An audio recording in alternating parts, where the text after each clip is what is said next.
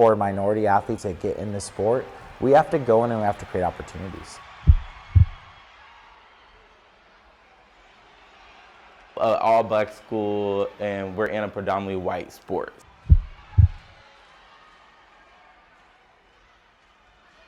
We're getting more black athletes, and we're just getting more diversity in the game.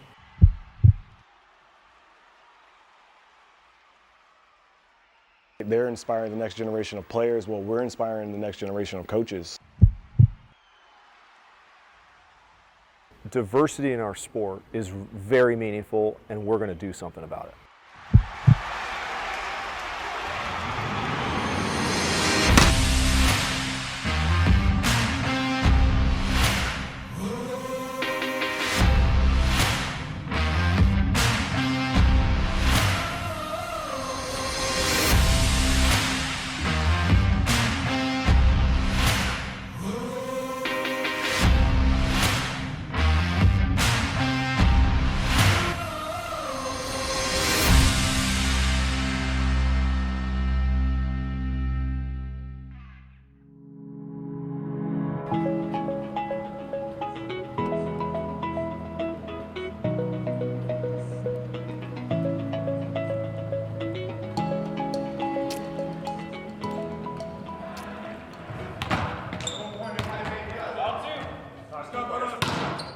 I used to coach inner city high school ball.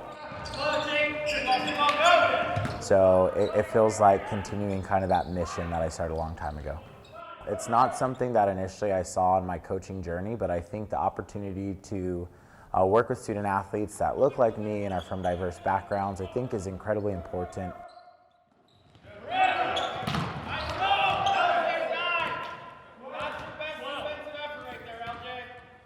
So an HBCU stands for Historically Black College and University. So basically before black students could go to college or get into predominantly white institutions, they created colleges across the country specifically for black students. And as years and time has gone on, HBCUs have grown a ton across the country and now provide a lot of opportunity for black students and athletes to be on a campus where they're going to be accepted and they're not going to stick out as the minority.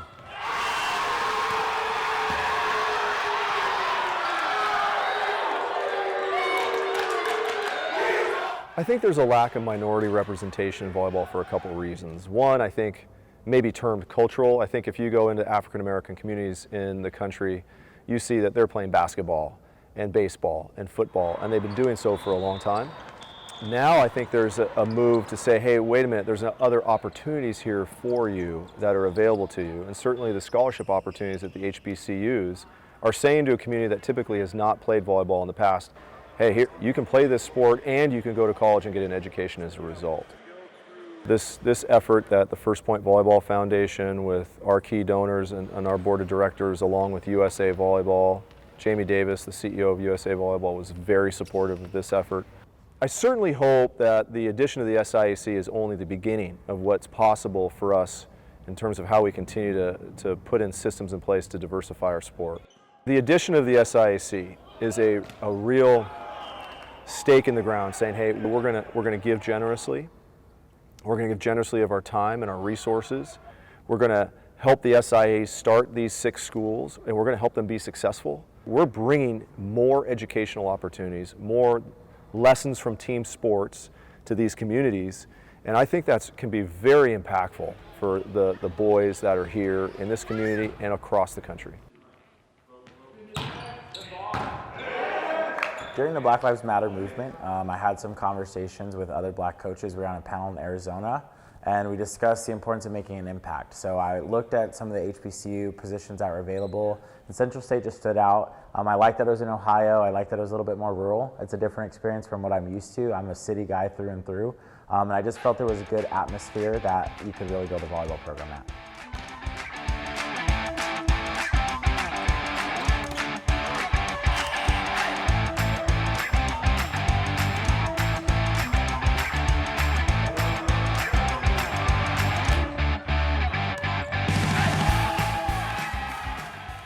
So when I got this job, I didn't have a team. It was just me.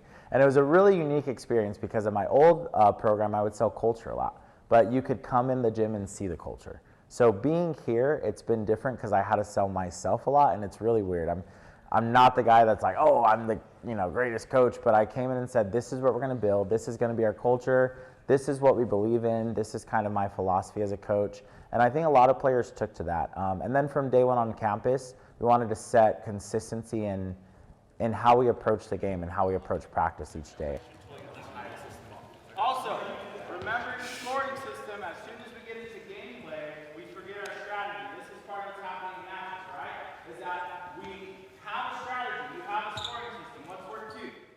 So we want to win. I know the guys are itching, they're working hard, they're doing a lot of the things really well that we need to do to win. We just want to get that first win. As far as the season, I want to win the SIAC. I think we have the talent, I think we have the capability. As they continue to use this experience and move forward through the season, I think we'll have a good shot of competing for that championship title. Coach Ray is a phenomenal leader. I don't even know how to really put it in words. Like he's really good. He wants to win. I mean, everybody wants to win, but he really wants to win. I think finding a good coach that you go along with is really hard. And when I saw Ray's experience and what he has been through, I thought it would be the best opportunity for me. Coach Ray is really like an inspirational leader. Yeah, he kind of inspires you, and also along with that, he kind of teaches you when it's time to be serious. Then we know that it's time to lock in. It's time to give him his respect when he's talking. So I kind of like the fact that he demands his respect, but also treats us as family.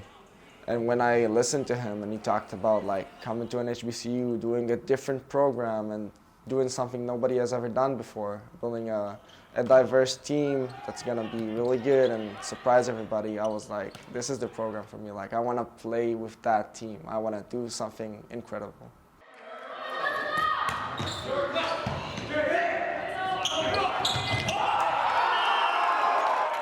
It's challenging to win a set, but I think we will get there. I think as time goes on, every conference starts slow.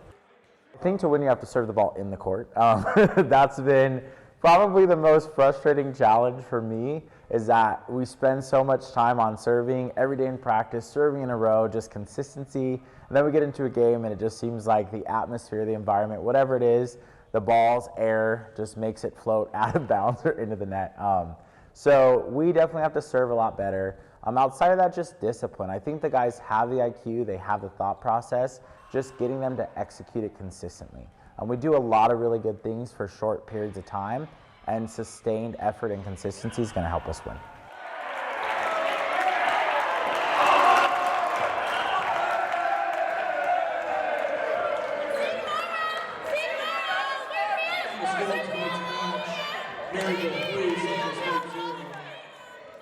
I think you have to consider that the SIAC is a first-year conference, and we have such a limited pool of athletes to recruit from. And that's the reality of the game right now, is that when you talk about black athletes playing the game and minority athletes, the pool is really small.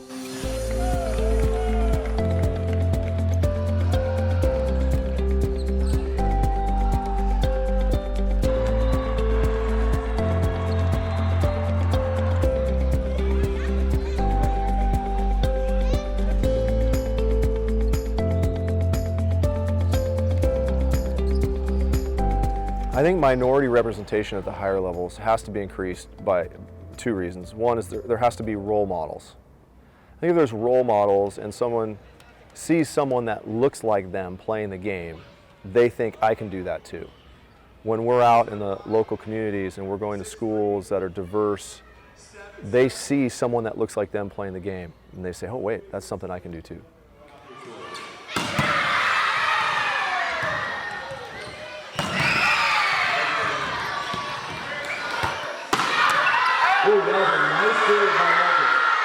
The other way that minority representation can be improved at the higher levels is simply by the scholarship opportunities that are now being afforded students. This grant, so that we could have 18 full-ride scholarships to the HBCUs, is a tremendous opportunity. First, it gives scholarship opportunities to men of color. Second, it also gives us partners in the community. I think we need to understand and maybe answer some of the questions that you have, we all have. How do we make the sport more diverse? we now have partners that can help us answer that question.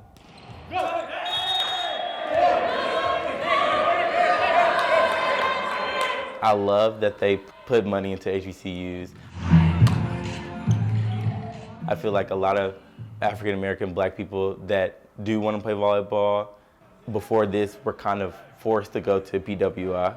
I graduated from a predominantly white high school. Me being black and gay, it's been hard. Like, honestly, especially going to predominantly white school. I grew up in a Bible Belt, so like being here, I came here because it is a HBCU. I think it's a huge impact to be around people that have the same culture as you. Growing up, again, you're forced to really kind of play either basketball, football, you know, and so a lot of kids aren't really known about that. They're not really known. And volleyball is growing, but it's not really known. So I feel like volleyball-wise, that it should just be more like out there. I think there are many reasons for it. First is probably because a lot of minorities weren't interested in the sport of volleyball. Secondly, because of that, becomes a systematic thing. Because if you're not involved playing as a young individual growing up, what would attract you to do so? And then the part where, because you're not playing, where would you get the representation as a coach? So I think that's the first part of it. I think the second part of it is the fact that volleyball, especially at the club level, the young levels, is a financially high expensed sport. And a lot of individuals who come from backgrounds that cannot afford club volleyball, where you're paying thousands of dollars, find it very difficult to become attracted to that sport. And so minorities are attracted to other things that you can go and pick up a basketball anywhere, pay for a $50 basketball and go shoot by yourself and get better by yourself.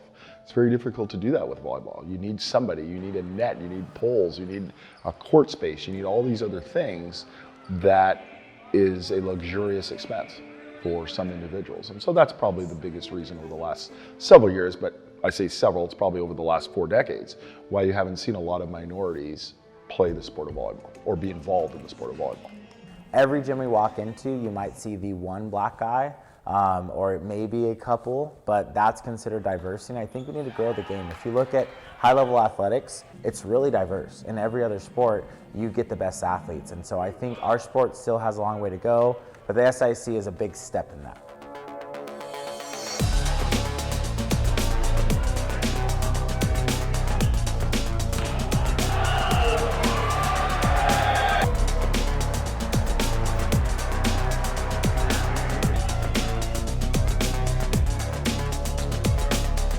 It's fun, like, proving people wrong. Like, even when I play basketball, I mean, I just think any sport is fun because you're the underdogs. I mean, we're known as, like, you know, just all black school, and we're in a predominantly white sport. So it's like people not really expecting you to win.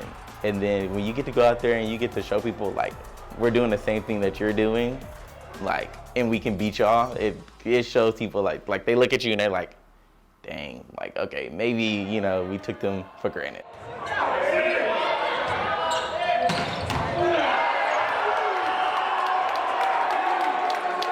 As of 2021, there were 136 black volleyball players in the NCAA compared to almost 1,600 white players.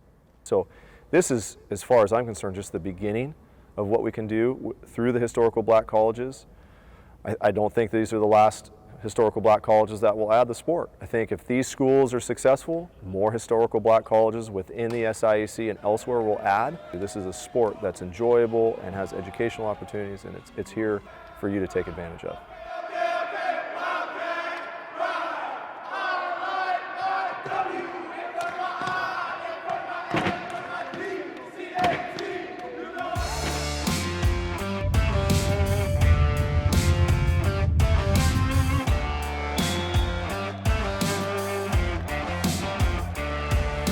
So very excited to take UCLA here to play the Maroon Tigers of Morehouse College.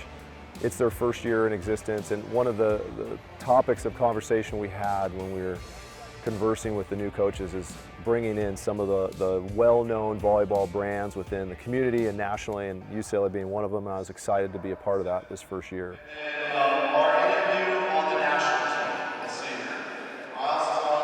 We're also coming here to be a good partner in the sport. We're coming here to help grow the game regionally, not just from a diversity perspective, but can we get more boys playing in the game? So what we're trying to do is lift all the parts of the ecosystem here, the coaches, the players, the programs, the national profile. We're all in on making sure that these programs are successful, they're here for the long term, and they have an impact on our sport. A lot of us thought that the kids weren't going to be into volleyball because it's not as flashy or not as fun. But anytime we stepped in the gym, anytime we started playing, or even the kids stepped on the court with us, it was high energy and everyone seemed to really be enjoying themselves. Everybody gets a chance to play.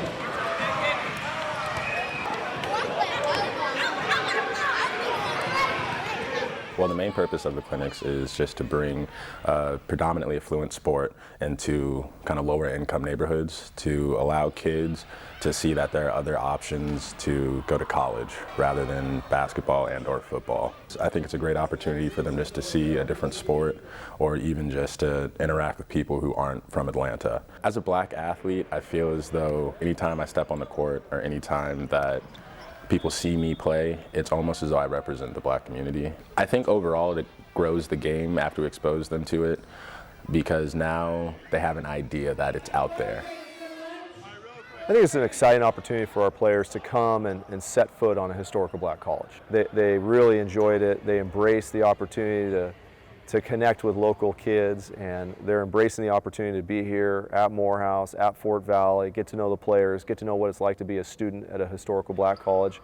I think it's a great experience for all of us. You're a little bit more of a left right guy. Coach is wonderful. You know, to be able to come from LA, I'm very familiar with Coach's work out there in that community, specifically for UCLA as well too. It's very fulfilling that he was one of the people to start this program really here at Morehouse. So, you know, for that I'm entirely grateful. But to be able to be taught by him as well too, you know, that's a once in a lifetime opportunity for sure. Playing UCLA for us will help our program in the sense of, one, you have a big name school at your campus, right? That's not something that normally happens. Usually as a smaller team, you will go and travel to the bigger name teams. So to have them here for that helps gets us in our program some recognition. But on top of that, it allows our guys to see the level of play of where they are and where they can get to and what it takes to get there, right? Everyone says, I want to be a champion, but do you really know what that means? Do you know what that work ethic is like? Do you know what it looks like? And can you imitate it? And so being able to have that in our gym, now we have something to actually see in front of us that we can start to imitate and work towards pushing that goal.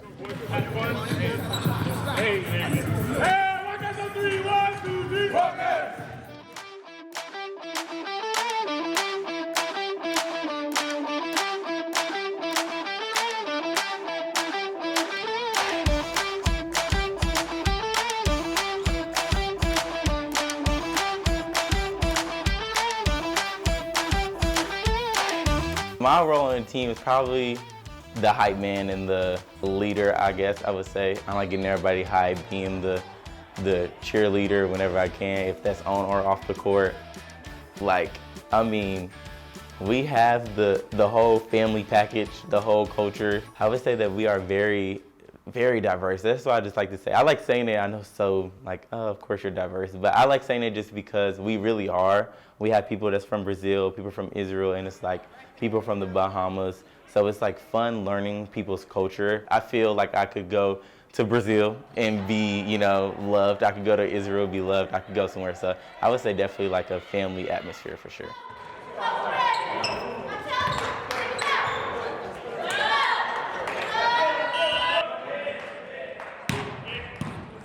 I would say the first month was harsh. Not everybody liked each other, but with time going by, we realized that it doesn't matter how we feel right now. Like, we're a team, we're gonna have to bond somehow, and we have been going through the same struggles because we're in the same college, same team. So we kind of started feeling each other, like knowing how we feel in that situation, and we kind of bonded out of that. I think we're now I think we're all really good friends now, actually. It's like we're changing something that hasn't been done before. You don't usually see a white player on an HBCU, which is supporting the whole process and like want to be full in. And I really like this HBCU. I'm having a lot of fun playing for an HBCU.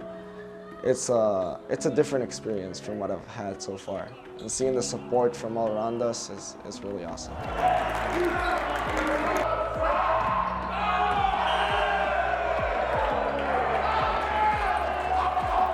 I would kind of define an HBCU as like a home for anyone really, because it's mainly black people at HBCUs, yeah, but I mean everyone has a home.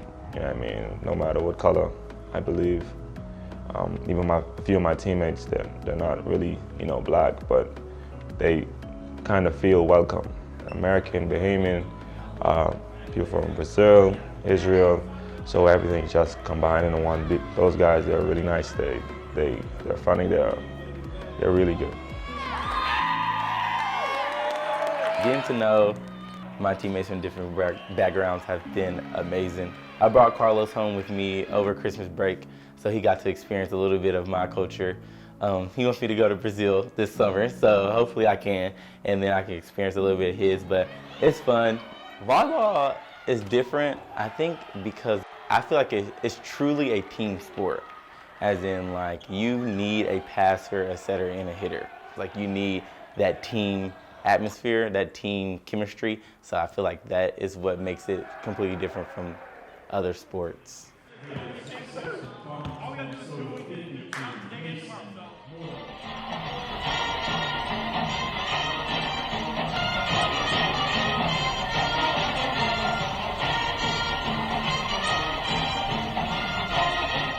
Marauder Athletics is on the air.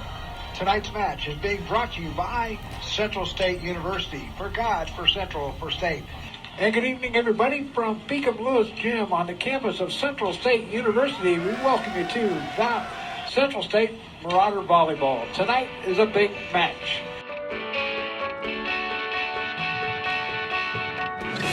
Every conference takes some time to really get to the tier that they need to be, and I think the SIAC will follow suit as well. It's going to be tough at first, and I think that was expected in year one. So I think knowing the coaches in the conference, knowing the caliber of coaches, and seeing that the sport's growing and there's going to be more black and diverse athletes playing the game, I think that the conference will continue to improve.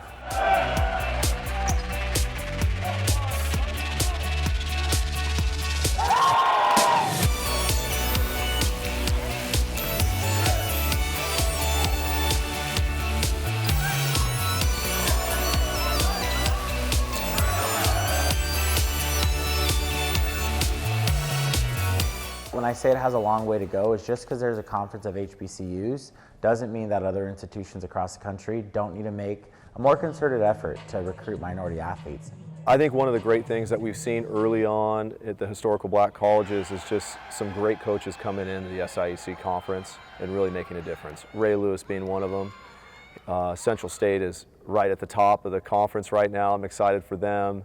And I think there's a number of coaches here that have the opportunity to become great coaches nationally. We're excited that there's that level of talent and coaching, some real interest in contributing to the rise of men's volleyball within the historical black college community that are giving so generously of their time and effort. I'm excited to watch the first year of all the SIAC schools. I think there's a number of coaches that are doing a great job. This is hard. This is not, people think, okay, we're going to start these programs and immediately it's going to be successful. Nothing is easy when you first get started. I am thrilled that they all have full rosters, they're all fully scholarshiped, they're all going out and playing competitive volleyball matches.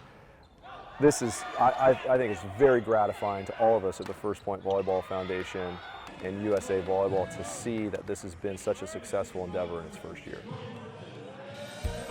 What we've also found is that it doesn't take too long to make a difference in the sport. You've seen over the last 10 years that there are schools that have not typically been traditional powerhouses that have come in and won national championships. And we think very positively that the historical black colleges can do the same thing. They can make that type of an impact. The effect of adding the SIAC conference to Division I, Division II men's volleyball is a great thing. It's a great thing for the region. It's a great thing for the institutions. It's a great thing for the bigger scale of the sport of volleyball in terms of its growth and where we want to go nationally. I think it's wonderful, and it takes time. It's amazing that we're adding this conference, or have added this conference, and then on the bigger picture, one day one of these teams are going to be on the national stage because they're going to be on ESPN playing in the national championship tournament. And it doesn't get any bigger or better for that, not just for the individuals, but for the community and for the institution. I think it's fantastic.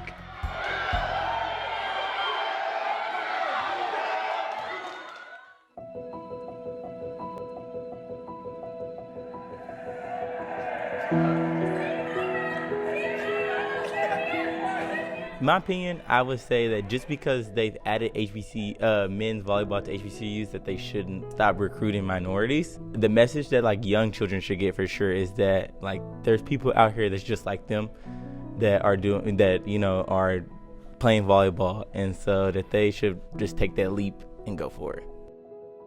No matter what color you are, no matter what sport you play, there's always an opportunity and always another option to play a different sport.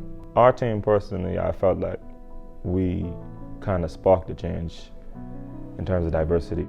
A lot of minorities don't see volleyball as an option because there wasn't a lot of scholarships, there wasn't a lot of display of men's volleyball. It's always about women's volleyball, and a lot of minorities like to play like basketball and football and baseball. That's just the big thing that's like pushed out to them. So just to keep an open mind when you see men's volleyball, and it's fun when you actually start playing it. A goal that I have for our team in the future is getting the bid to go to the national title. So I hope that we do end up going on a run and winning the conference the next year and the year after that, and just being able to get the bid in 2024. Another goal for us, I would say, is just to, you know, put Central on the map and just, you know, play for each other and play for our school.